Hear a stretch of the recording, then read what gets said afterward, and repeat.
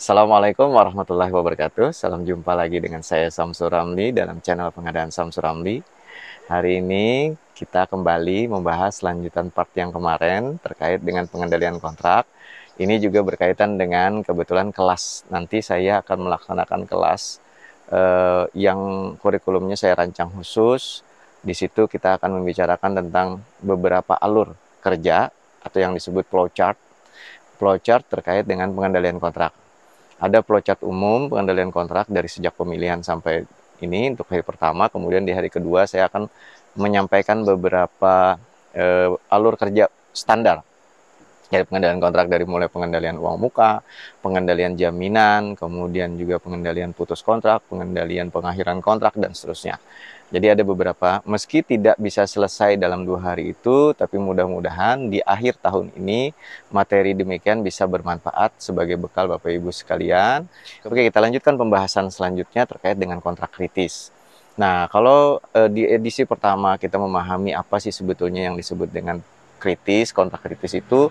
Kemudian yang kedua kita memahami bagaimana karakteristik tipologi pengendalian kontrak kritis untuk masing-masing metode pemilihan. Kemudian yang ketiga, yang perlu juga saya sampaikan, banyak terjadi kesalahpahaman umum dalam membaca syarat-syarat umum kontrak terkait dengan alur kerja pengendalian kontrak untuk kontrak kritis. Jadi nanti di kelas saya akan sampaikan flowchartnya. Nah, secara sederhana, secara singkat dalam media yang terbatas ini saya mungkin menyampaikan. Pertama, kontrak kritis itu diawasi oleh konsultan pengawas dan pengawas lapangan. Jadi PPK tidak harus berada di lapangan setiap saat, tetapi di situ sudah ada wakil para pihak mungkin, kemudian ada juga konsultan pengawas, kemudian ada pengawas lapangan atau direksi teknis yang membantu untuk mengawal atau mengawasi pekerjaan day by day, hari per hari.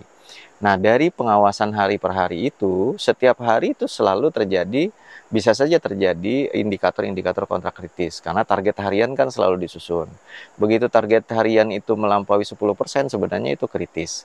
Nah, tergantung tipologi pengendalian kontrak. Kalau tipologi pengendalian kontraknya ketat, bisa saja hari per hari itu dijadikan dasar untuk menerbitkan surat peringatan dan melakukan manajemen pengendalian kontrak kritis yang kita sering sebut, ada juga ditandai dengan surat peringatan, ada juga ditandai dengan SCM atau support meeting. Nah, untuk alurnya nanti kalau kita baca di alur di SSUK itu pertama kali konsultan pengawas.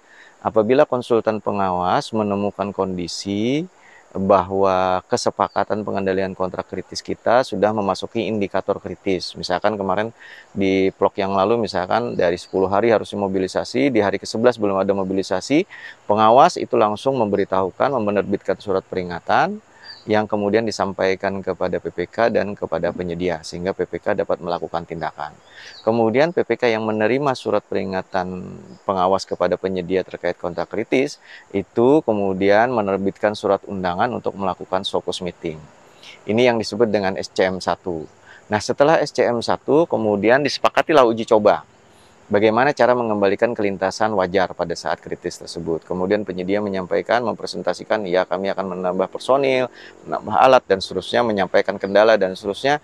Nah, kemudian disepakatilah bahwa untuk mengembalikan lintasan kritis ini kepada lintasan normal, dilakukanlah rekayasa-rekayasa tersebut, dan kemudian setelah disepakati, itu disepakati sebagai uji coba.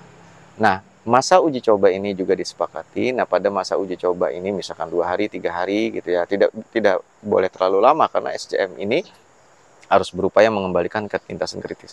Makanya kalau pengendalian kontraknya sangat longgar, nanti juga perbaikannya, masa perbaikan jadi semakin lama. Ini tidak bagus untuk pengendalian kontrak. Nah, jadi secara ringkas, kemudian saya ringkas di sini ya. Begitu terjadi kondisi kritis, pengawas menerbitkan surat peringatan, kemudian peringatan itu ditindaklanjuti dengan SCM1. Setelah itu SCM1 menghasilkan uji coba. Selama masa uji coba diawasi, ternyata masa uji coba masih tidak tercapai lintasan kritis, belum kembali kepada lintasan normal sebagaimana seharusnya, maka kemudian diterbitkanlah surat peringatan 1. Surat peringatan 1 ditindaklanjuti dengan SCM2. Nah, dari SCM2 itu muncul uji coba. Begitu uji coba, nanti kemudian uji coba ini akan melahirkan SP2 karena mungkin uji coba ini tidak berhasil. Nah, SP2 menghasilkan SCM3. Nah, pada saat SCM3 ada lagi uji coba ketiga. Nah, di uji coba selanjutnya ini nanti kalau tidak tercapai lagi maka terbitlah SP3 yang akan berbuntut kepada solusi terkait dengan apakah terjadi pemutusan kontrak, apakah terjadi denda keterlambatan, apakah juga dilakukan pengakhiran pekerjaan atau pengakhiran kontrak. Jadi alurnya seperti itu. Nah, mudah-mudahan bisa ditangkap dan saya pikir ini akan lebih clear kalau kita misalkan bertemu di kelas yang offline. Saya Samsur Ramli, salam pengadaan, billahi taufiq wal hidayah. Wassalamualaikum warahmatullahi wabarakatuh.